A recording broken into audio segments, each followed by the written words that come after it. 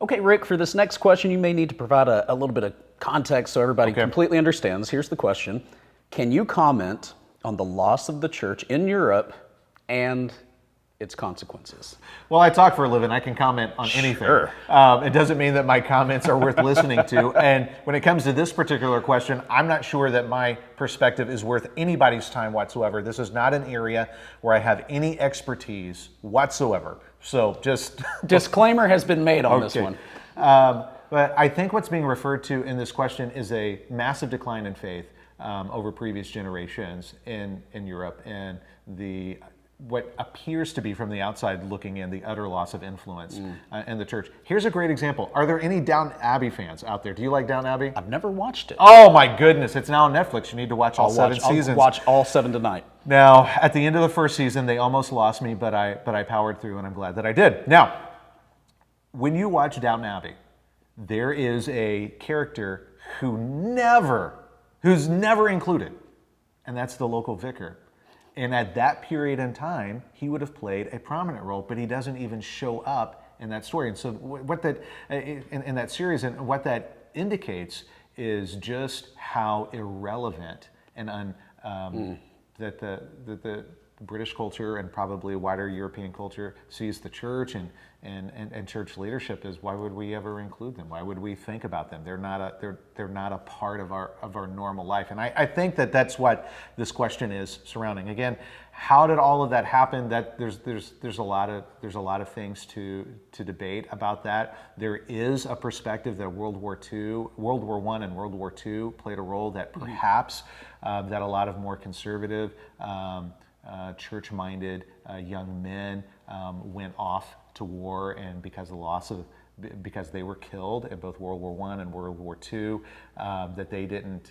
There's a loss of generation of young men who had faith, and so they didn't get to exert that sort of influence in their families and communities and in their nations over what would have been the rest of their life. I don't know how much weight to put in that viewpoint. That is a viewpoint. I want to coin a term, and if this is a real term, it's probably because I heard it or read it somewhere and just forgot. I want to call it the museum effect. Okay. And so what I mean by that is this, that people look at churches in the same way that we look at museums. That the Christian history in Europe, it's woven into the language, it's woven into the architecture. People go and visit churches, cathedrals, places of religious significance in Europe, and perhaps people look at churches in the same way that we view museums. This is an interesting or moderately interesting or not at all interesting part of our history, but it's part of our history, and we just kind of move on. It's not part of our present, not going to be part of our future. And so there's a vague kind of understanding of what the church is or what it's supposed to represent, but not a very clear understanding of what the gospel message is.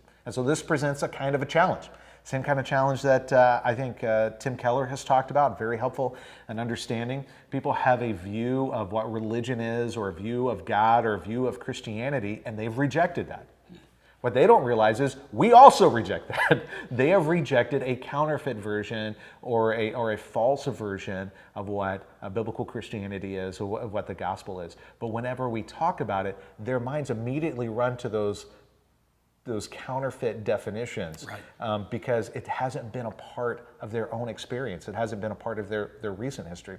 And so we have a challenge to really help people understand what we mean. And so when we talk about the Bible, when we talk about Jesus, we talk about the gospel, we're talking about something different.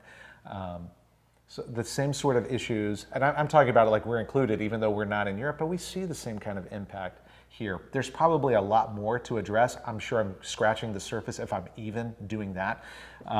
This is an important topic.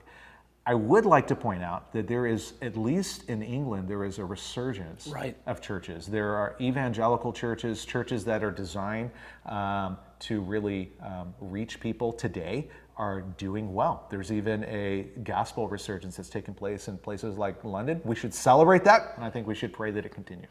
Do you think that what's happening in Europe could eventually find its way over here to the United States? Is this something that down the road we may experience here?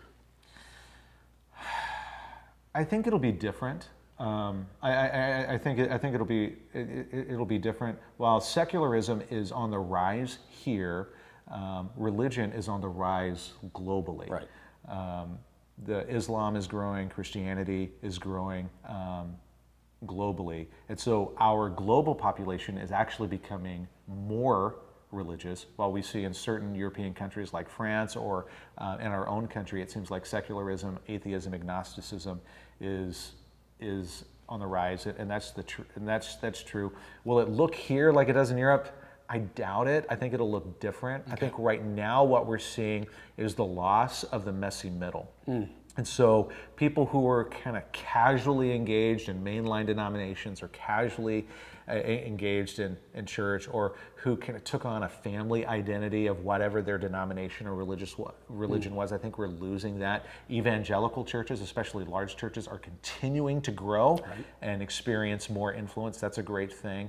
Mainline denominations are losing influence, and then secularism and atheism is on the rise. It's not like fewer people are followers of Jesus.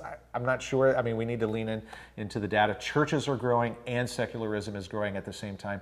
That seems to be different than what happened over the past few generations in Europe. Okay.